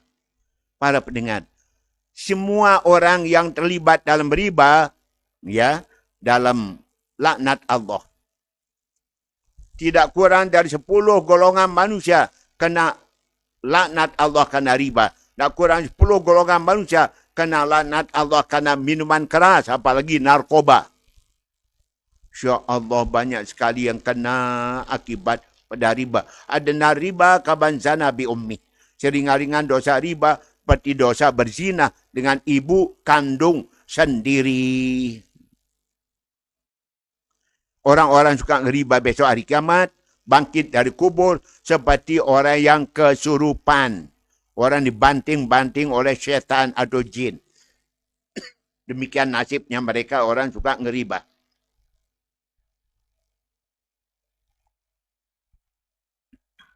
Wa na'udzubillah min zalika. Gimana kalau kita minjam uang di bank, koperasi berbunga, paksa karena tidak ada biaya sekolah, itu dia. Moga-moga Allah memberikan kita jalan yang halal. Tetapi kalau namanya terpaksa, tidak ada jalan lain, tidak ada jalan lain. Dalam Islam ada namanya ad-darurat tubihul mahdurat. Yang darurat membolehkan yang haram. Kalau memang hanya itu jalan, hanya itu jalan. Kiranya diupayakan tidak melalui jalan riba, jalan yang halal. Masya Allah.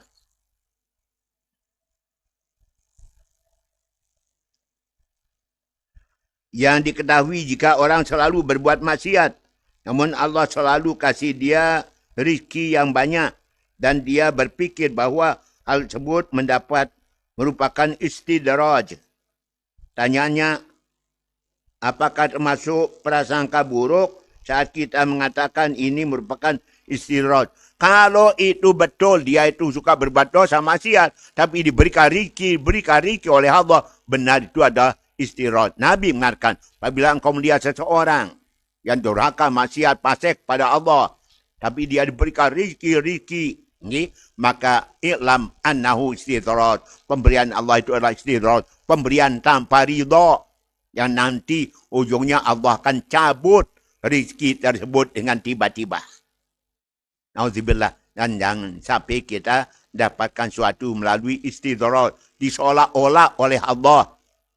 Nah, dia tidak bisa sadar-sadar, insap-insap, maka dia berikan rezeki yang banyak. Semakin dia durhaka maksiat pada Allah, akhirnya nanti saatnya Allah cabut nikmat rahmatnya dengan caranya sendiri. Entah itu tabrakan, entah itu kebakaran, entah itu kerampokan, entah itu apa dan sebagainya. Allah Maha tahu. Dan sampai kita dapat istidraj, diseolah-olah oleh Allah, pemberian tanpa ridha, itu namanya. Gimana hukum orang yang berhutang di online? Dia berhutang. Iya, gimana ini? Kenapa dibayar silang HP-nya? Itu dia. Pokoknya yang namanya tipu daya bahaya. Sekarang orang kadang-kala ya online dipakai oleh orang tipu daya. Ingat apa yang kita lihat di TV. Orang yang beli karcis untuk nonton Coldplay, konser dari Inggris akan main nanti bulan November mungkin di Jakarta. Di mana banyak orang ketipu dan mengeluarkan 11 juta, 10 juta, berapa juta. Tempat yang mengeluarkan itu hilang. Akhirnya dicari oleh polisi, tangkap. Dia bersembunyi tempat yang jauh. Jangan, hati-hati zaman sekarang. Karena banyak orang yang melakukan tipu daya melalui alat-alat canggih sekarang ini. Bahaya. Apa sah solatnya seorang yang tidak bisa membaca Al-Quran? Sedangkan dalam solat, syaratnya sah solat, iaitu membaca Fatihah dan ayat pendek. Boleh tidak baca ayat pendek ni? Fatihah aja. Gimana dengan orang tidak bisa? Para pendengar, karena itulah maka kewajiban orang tua ngajar anak baca Quran. Ayu alimahul kitab. Wajib orang tua ngajar anaknya Quran. Ngaji. Kalau dia sudah besar, dia sendiri yang ngaji, sendiri sadar. Wajiban baca Quran. Dan dalam solat, wajib baca Fatihah. Maka dia harus pelajari, dengarkan pengajian. Supaya dia dengar bacaan yang benar. Masa hafal Fatihah enggak? Walaupun dia enggak bisa baca Quran. Tapi harus bisa baca Quran. Perintah pertama Allah pada Nabi kita supaya baca Quran. Iqra, baca. Umat Islam bisa membaca. Jangan ada umat Islam dah bisa membaca. Terutama baca Quran. Kalau dia sudah baca Fatihah dengan benar, ya sah solatnya. Walaupun dia mungkin dah bisa baca Quran. Dia harus belajar Quran. Apa ciri orang yang hidupnya berkah? Orang hidupnya barokah, ciri-cirinya. Pertama, kuat iman, takwa ibadahnya. Dia dapatkan rezeki yang halal. Dia banyak sabar dan ridha. Ya, dia banyak syukur atas nikmat Allah. Dia sabar dapat ujian cobaan. Ridha yang kodok kadar Allah Ta'ala. Dia merasakan kepuasan atas yaitu anugerah pemberian Allah. Dia bisa lihat dari kalau orang itu tetap rajin ibadah, tanda Allah cinta kepadanya. Kalau orang jadikan malas ibadah, tanda Allah tidak sayang kepadanya. Mungkin karena banyak dosa dan kesalahannya. Mari kita menjadi hamba Allah yang dapat ridha dari Allah Subhanahu wa Ta'ala. Tujuan hidup kita adalah mencari ridha Allah. Tugas hidup kita adalah beribadah kepada Allah. Kemudian, pedoman hidup kita adalah Al-Quran dan Sunnah Nabi SAW. Setelah itu, teladan hidup kita Kanjeng Nabi SAW. Kawan hidup kita umat Islam. Kemudian musuh hidup kita adalah syaitan. Kemudian alat hidup kita adalah alam. Alam raya ini. Okay? Tanamannya, binatangnya dan sebagainya adalah alat sarana untuk hidup atas dunia. Bekal kita hidup dunia untuk mengabdi ibadah pada Allah Ta'ala. Bagaimana cara menghilangkan rasa malas untuk ibadah? Nabi bersabda, ada 3 macam. Apabila seorang dikasih 3 macam, maka dia akan peroleh halawatul iman, ladzatul ibadah. Manisnya iman dan nikmatnya ibadah, gairah ibadah. Pertama, yakun Allah wa Rasuluh habba ilahi mimma siwahuma. Dia lebih cinta Allah dan Rasul pada yang lainnya. Yang kedua, dia mencintai seorang karena orang itu orang baik-baik, orang mulia, orang saleh, orang alim, orang taat. Yang ketiga, dia tidak mau kembali lagi kepada keadaan sebelumnya, malas ibadah, senang maksiat, yang tidak mau mundur, selalu ingin baik, maju ke depan. Itulah orang yang akan dapatkan nikmatnya ibadah kepada Allah Ta'ala. Moga-moga. Baik, terima kasih pada anda.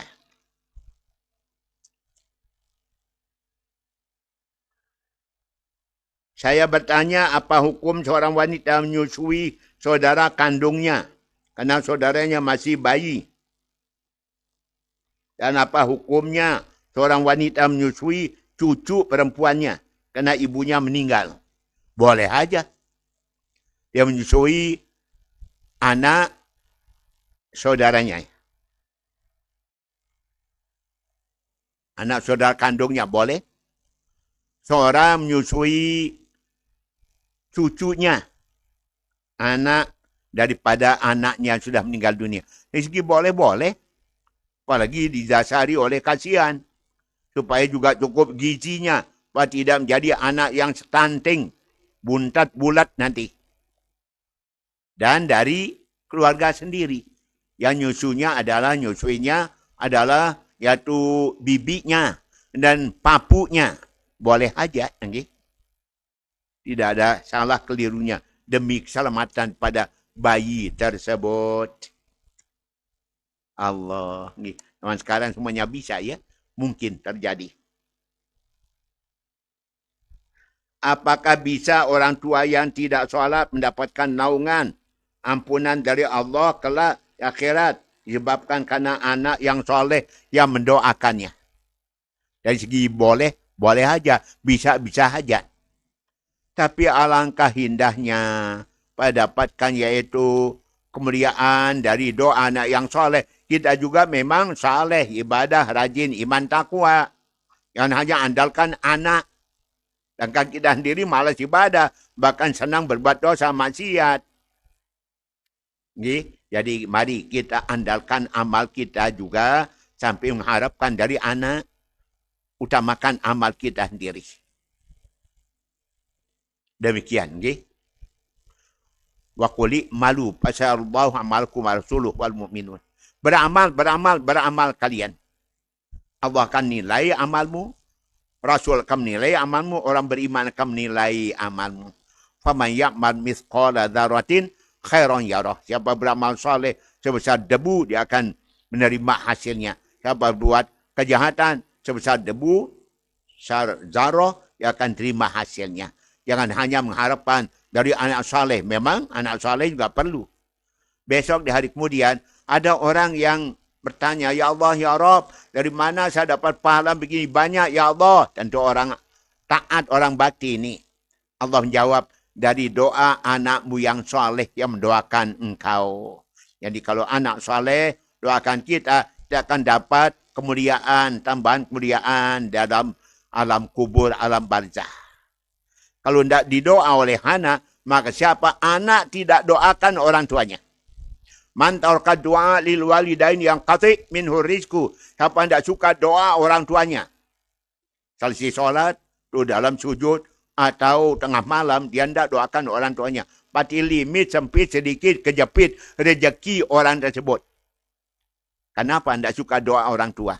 Jadi doa orang tua adalah merupakan jalan untuk kita dapatkan rezeki yang murah, rezeki yang barokah dari Allah Ta'ala. Jangan lupa doa untuk orang tua. Tentu untuk berdoa ini kita harus taat ibadah. Tak akan diterima doa kalau orang tak solat. Orang tak ibadah. Baik. Jadi seorang yang malas ibadah tapi anaknya soleh, saya jadi dia dapatkan syafaat dari anak yang soleh tadi. Kalau Allah menghendaki. Kalau Tuhan tak menghendaki, tak. Masya Allah. Itu mari kita rajin ibadah. Samping anak kita soleh. Bagaimana jika orang lupa membayar zakat pada bulan Ramadan? Zakat fitrah, apa maksudnya? Kalau zakat fitrah, boleh diganti zakatnya pada bulan Ramadan akan datang. Kenapa sih bisa ada orang lupa zakat fitrah bulan Ramadan? Kalau zakat harta, ya boleh ditunda. Tidak mesti bulan Ramadan. Tapi kalau zakat fitrah hanya bulan Ramadan doang. Kalau tidak zakat fitrah, ya dosa. Sekarang kita berzakat, kita bersedekah. Nanti ulang lagi bulan Ramadan. Ya Allah, jangan ada di antara kita. Karena Nabi bersabda, siapa-siapa yang tidak zakat fitrah, puasanya tidak diterima Allah. Itu dia. Saumul abdi mu'allakun baina samai wal ard hatta yaqdiya sadaqatal fitri. Puasa seorang, pahala puasa seorang, katung-katung antara bumi langit. Sampai lunas zakat fitrah. Kalau belum lunas zakat fitrah, ibadah puasanya tidak diterima Allah SWT. Oh, na'udzubillah min dzalika. Kalau belum, ya keluarkan. Kalau sekarang dikeluarkan, ya sedekah. Perbanyak sedekah. Ya. Baik. Terima kasih pada anda. Masya Allah. Banyak masalah. Saya minum kembali.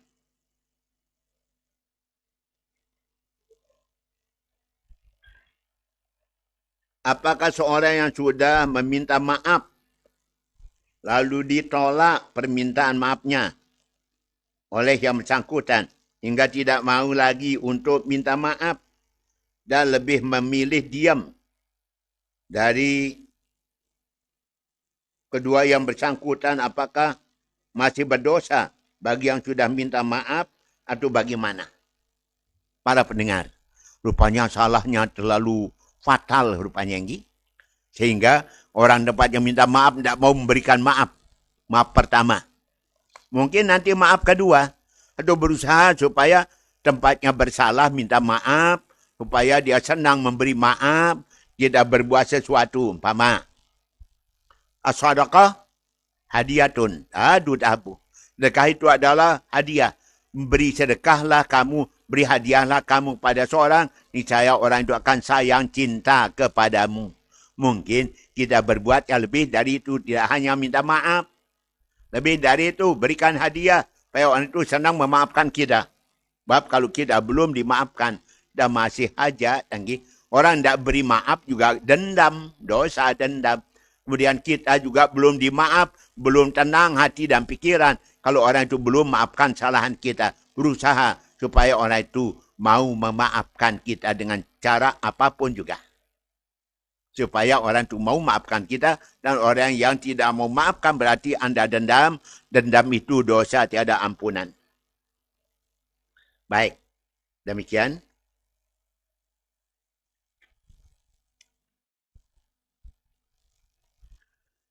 Ini agak-agak berat para pendengar. Gimana hukum lendir atau sejenis cairan keluar dari kemaluan seorang perempuan yang hamil? Perempuan hamil ya. Yang hampir melahirkan. Apakah dia wajib disolat? Wajib solat atau tidak? Atau dia mandi? Diwajib dulu baru solat. Dan apa hukum dari cairan lendir yang keluar?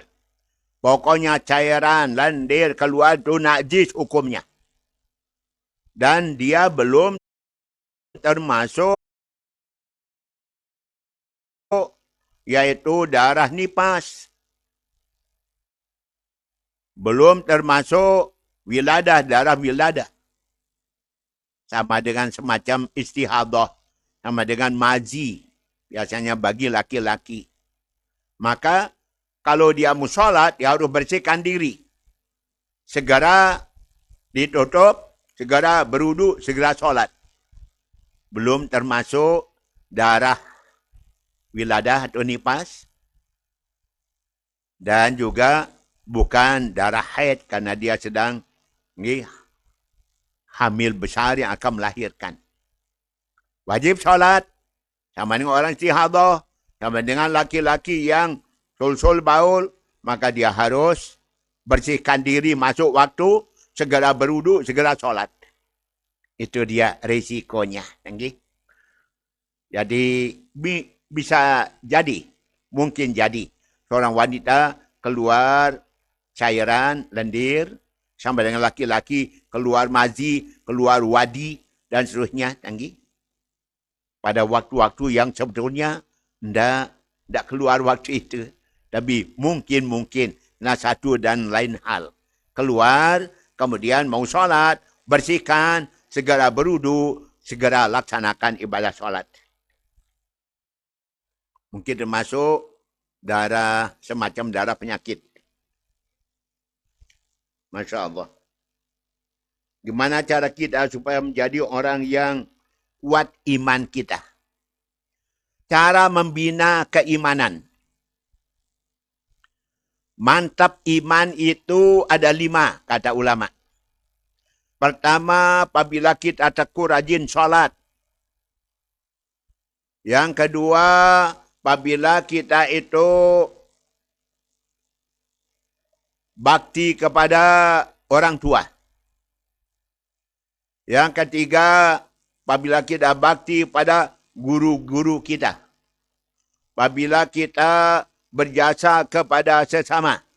Dan apabila kita yaitu kasih sayang kepada sama, itu namanya iman yang mantap, iman yang sempurna. Nabi bersabda bahwa lil mu'mini salasu alamatin, tanda orang beriman. Pertama, al-insaf bin nafsih, sadaran muncul dari diri sendiri. Yang kedua, bazlus salam lil alim, hormat pada orang alim. 3, al-infaq minal iqtar, sanggup menderma walaupun dia sendiri dalam keadaan miskin, kekurangan. Hadis yang lain mengatakan tanda orang beriman sempurna, al-mubadarah ila ta'atillah, segera melaksanakan taat pada Allah. Kemudian yang kedua, yaj'anibal maharib, menjauhkan diri pada yang haram. Yang ketiga, ayyusina ila man asa'a ilaihi, sanggup berbuat baik pada orang-orang jahat kepadanya, Itu tanda iman kita mantap, iman kita sempurna. Hadis yang lain, qutun halal, makan minum yang halal. Jalasatul ulama, suka menghadiri pengajian. Wassalatu mal imam, lalu solat bersama imam, solat jamaah. Itu cara kita, yaitu jadi orang yang kuat imannya. Jadi iman perlu dibina. Zikir dan doa, itu cara membina iman juga. Rajin tuntut ilmu, perintah laksanakan, larangan dijauhkan, rajin zikir, doa, baca Quran. Itu juga cara membina keimanan kita. Amin. Allahumma amin. Para pendengar, ada waktu kita, tinggal dikit. Apa hukum jual beli tebu yang belum jelas ukurannya? Biasanya 1 hektar harga 5 juta. 2 kali panen. Biasaan masyarakat. Para pendengar, kalau sudah dilihat,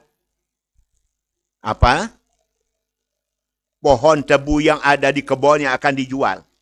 Dan melihat, dan seterusnya oleh yang membeli. Nyata cocok, dia beli harga 5 juta. Dia beli 5 juta. Kenapa? Dia sudah melihat. Kecuali kalau dia tidak melihatnya. Ibarat yang beli kucing dalam karung. Ini dia lihat. Berapa jumlah pohonnya. Mana keadaan pohon tebunya. Kemudian dia borong semuanya. Harga 5 juta. Dia yakin. Dia tidak akan rugi. Silakan. Kalau jual beli dengan cara sama-sama ridho. Sama-sama tulus dan ikhlas. Please silakan. Okay? Boleh aja. Demikian. Gimana cara puasanya bagi orang yang proporsinya sebagai sopir. Profesinya bagi sopir bus. Ya, dia harus berusaha untuk tahan puasa. Gimana caranya? Dia makan sahur menjelang subuh. Secukupnya. Minum vitamin dan sebagainya. Enggak dia tahan jadi sopir seharian. Dan untuk itu dia juga jangan paksa diri. Istirahat cukup sehingga puasanya tidak batal. Puasanya tidak dirusak. Karena dia capek jadi sopir. Tuh orang yang bekerja di tambang dalam tanah, tambang emas dan sebagainya. Kalau memang dia tidak tahan, boleh dia tidak puasa. Nanti dia qadha di hari lainnya. Termasuk uzur berpuasa, capek bekerja, atau jadi masinis kereta api, atau menjadi pilot pesawat, atau menjadi yaitu nakoda, kapal, yang tidak tahan puasa. Maka untuk itu dia batalkan. Nanti dia qadha di hari-hari yang lain ada sempatan. Bisa demikian. Baik, para pendengar yang dirahmati Allah Ta'ala. Gimana cara agar apapun profesi kita, pekerjaan kita bisa bersifat qanaah dan tetap senang hati dalam menjalani pekerjaan. Betul para pendengar. Okay? Jadi apapun yang Allah berikan kita keahlian, kita terima, kita laksanakan, niatkan sebagai ibadah pada Allah. Maka pahala dapat, upah dan imbalan juga dapat. Dunia akhirat tidak dapat. Kenapa? Kita niatkan ibadah. Kita pergi mencari rezeki, niatkan ibadah. Rezeki dapat, pahala dapat. Gitu dia. Dan kita harus merasa syukur. Berapapun nikmat yang kita terima, kita bersyukur. Okay? Nabi bersabda, kalau kamu dapat nikmat dari Allah, yang lihat sedikitnya, tapi lihat siapa yang berikan kepada engkau nikmat itu, Allah. Kalau kamu mengerjakan dosa, jangan lihat kecilnya dosa. Tapi kepada siapa kau berbuat dosa? Kepada Allah Ta'ala. Demikian sabda Nabi Sallallahu Alaihi Wasallam. Jadi kita harus merasa qanaah, merasa puas dengan apa yang kita peroleh dari hasil kerja kita. Itu dia cara kita menghadapi tugas pekerjaan kita.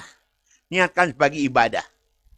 Saya sudah 5 tahun beri pengajian di rumah sakit tiap hari Khamis.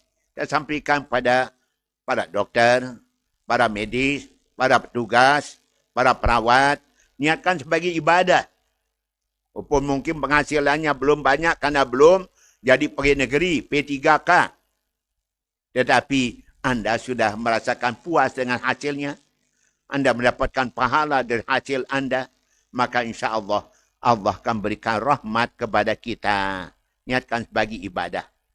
Kadang-kadang memberikan motivasi. Semoga amal Anda adalah ibadah mendapat ridha Allah Subhanahu wa Ta'ala. Gitu pada para perawat dan para medisnya di rumah sakit umum Selong. Moga-moga. Amin.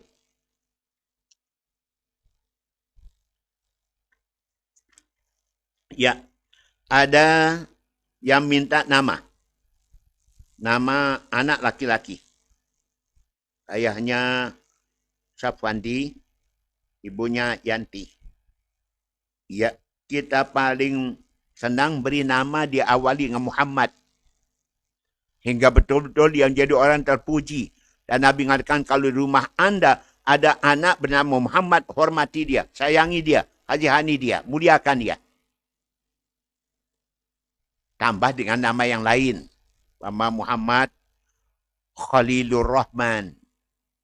Sehingga menjadi anak yang disayang oleh Allah yang Maha Rahman dan Rahim. Dan setiap dipanggil berarti jadi doa oleh orang. Tapi kalau namanya tidak punya arti yang baik, berarti di doa yang jelek. Tidak bagus. Berilah nama yang baik dan suruh oleh Nabi an yusina isma'u. Beri nama yang baik kepada anak-anakmu. Sabda Nabi sallallahu alaihi wasallam. Sehingga kita dapat nilai sunnah Nabi SAW.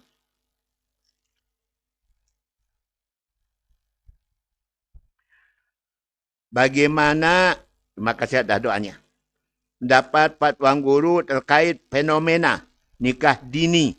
Nikah dini, nikah bawah umur maknanya. Yang terkadang kerap dianggap negatif kalangan masyarakat. Sejadi belum siap fisik, mental, maupun ekonomi dan sebagainya. Pendidikan belum cukup, ilmu belum cukup.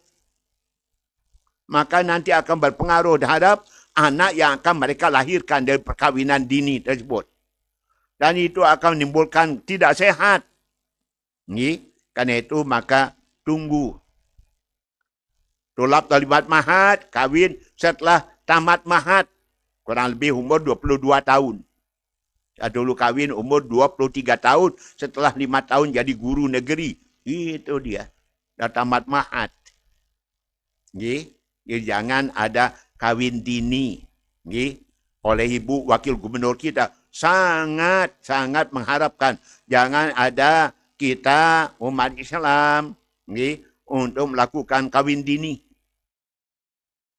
Kenapa? Belum siap fisik, mental, ekonomi, jiwanya, dan sebagainya. Itu paling cepat nanti terjadi perceraian. Tiap perceraian akan menyebabkan nanti anak jadi korban kawin cerai. Dulu pernah punya organisasi anti kawin cerai di Lombok Timur dulu. Dia sama dengan Plan Internasional. Kami bawa organisasi itu sampai ke Jakarta dulu. Di Jakarta Timur. Itu dia. Jadi jangan sampai terjadi yaitu kawin dini, kawin cerai, yang jadi korban adalah anak jadi korban kawin cerai. Kasihan mereka. Banyak yang terjadi demikian. Mereka tidak pikir hanya senangnya saja kawin, tapi tidak pikirkan tanggung jawab kalau sudah mereka berkeluarga. Mereka harus mandiri. Pikirkan anaknya, masa depan anaknya. Ini tidak hanya kawin. Setelah punya anak, tidak tanggung jawab. Besar dosanya. Kapa bin Ma'asman, yudhai'a mayakut. Berdosalah. Seorang yang tidak tanggung jawab terhadap nafkah dari keluarga yang dia tanggung. Itu Malik Nabi SAW. Baik. Kemudian, di sini sebutkan, yang terkadang kerap dianggap negatif, betul. Karena berbagai macam faktor, di antaranya membebani orang tua, si pengantin, laki, yang sudah serba kekurangan. Betul. Kawin belum siap, kerjaan belum ada. Yang laki tidak ada kerjaan, yang perempuan tidak ada kerjaan. Nanti kalau kawin, mau makan apa? Mau makan cinta.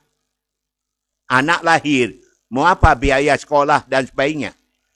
Kan harus ada biaya untuk itu. Masya Allah. Karena itu kita hindarkan kawin dini. Kawin matang dulu. Fisik, mental, ekonomi, pendidikan dan sebagainya. Sudah matang. Baru kawin. Insya Allah selamat perkawinannya. Okay? Paling baik bagi laki-laki ya kita 24, 25 tahun. Kayak Kanjeng Nabi SAW. Umur 25 tahun. Wanita ya 22 tahun. 23 tahun. Tamat kuliah. S1 bolehlah. Kalau mau cepat kawin. Tapi alangkah indahnya. Lebih dari itu. Umpama sudah S2. Demikian. Saya punya ponaan sudah S2. Baru kawin. Bahkan ada ponaan sudah S2 di Jogja. Belum kawin juga. Padahal dia perempuan. Itu contohnya. Kenapa? Supaya betul-betul matang betul. Baru melangsungkan perkawinan. Jangan ada kawin dini di bawah umur. Tidak akan sukses bahagia rumah tangganya. Apa termasuk durhaka seorang anak terkala membuat orang tuanya kecewa dengan tindakannya yang dia lakukan, itu segera menikah. Nabi bersabda, Man ahsana walidahi faqad aqahuma. Siapa bikin sedih, susah, menderita orang tuanya, berarti anak itu telah melakukan perbuatan durhaka kepada orang tuanya. Orang tuanya susah, sedih, tiba-tiba saja dia melarikan anak orang untuk kawin. Padahal belum ada persiapan sama sekali. Kasihan orang tua, harus berutang sana sini jual apa yang ada demi untuk anaknya sudah kadung bawa anak orang lari ke rumahnya. Setiap orang bikin sedih orang tuanya, berarti dia telah melakukan perbuatan durhaka kepada orang tuanya. Mau sebut anak durhaka pada orang tua. Tak selamat kalau orang durhaka pada orang tua. Nauzubillah min dzalika. Nggih. Apakah boleh membuat masjid di satu wilayah atau dusun? Kalau memang tempat itu memerlukan masjid, ya bikin masjid. Kalau memang tempat itu dan renggang daripada masjid yang ada. Pada orang tidak pergi Jumatan, maka bikin masjid. Kalau memang sudah pantas bikin masjid di kampung tersebut, tentu atas persetujuan Pak Kepala Desa, Pak Kaduh dan tokoh agama. Wajar kalau di kampung ini ada masjid. Karena kalau agak jauhan nanti banyak yang berhalangan pergi Jumatan. Atau mungkin karena perbedaan, nggak perlu bikin masjid di tempat itu. Pak Rubahan. Ya Allah. Okay. Pak Rashidun. Demikian tadi. Okay. Sudah jawab. Para pendengar yang dirahmati Allah Ta'ala, untuk kali ini mungkin sampai di sini kita berjumpa. InsyaAllah kita berjumpa pada malam berikutnya. Selamat menyambut Idul Adha yang akan datang. Selamat 1 Juni, hari lahirnya Pancasila. Dan kita mengisinya dengan kegiatan nyantuni anak yatim piatu bagi bukti pengamalan daripada Pancasila tersebut.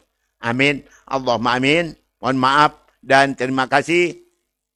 Wallahu a'lamu bis-shawab. Wallahul muwaffiq wal hadi ila sabilir rasyad. Wassalamualaikum warahmatullahi wabarakatuh.